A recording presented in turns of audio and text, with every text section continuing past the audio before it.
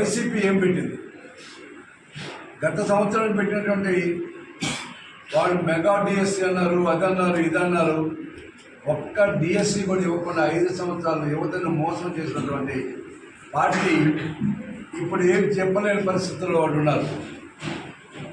కనీసం మీరు ఉద్యోగాలు కల్పించలేకపోయారు. మెగా డిఎస్సీ అని చెప్పి డిఎస్సీ ఇవ్వలేకపోయారు.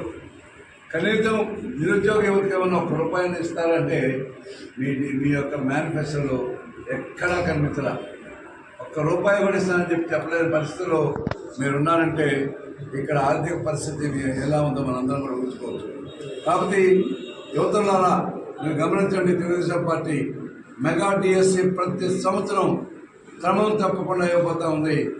ఎప్పుడైనా సరే ఆ 20 లక్షల మంది ఫోన్ ఇంకా మిగిలితే తప్పకుండా మేము నిరుద్యోగ వృత్తి 3,000 రూపాయలు ప్రతి ఒక్క యువతకి ఇవ్వబోతున్నామని చెప్పి ధైర్యంగా చెప్తున్నటువంటి ప్రభుత్వం పార్టీ ఈ యొక్క చంద్రబాబు నాయుడు గారు టీడీపీ పార్టీ మాత్రమే.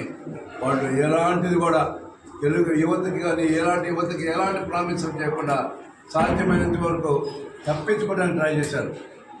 ఆఖరికి చివరిలో ఎలక్షన్ స్టంట్ కోసం ఒక చిన్న మెగా డిఎస్సీ అని చెప్పి కొంచెం 4,000-6,000 ఉద్యోగాలకు మాత్రం వాళ్ళు డిఎస్సీ చేశారు. అది కూడా ఎలక్షన్ టైంలో కాదని వాళ్ళు తెలుసు.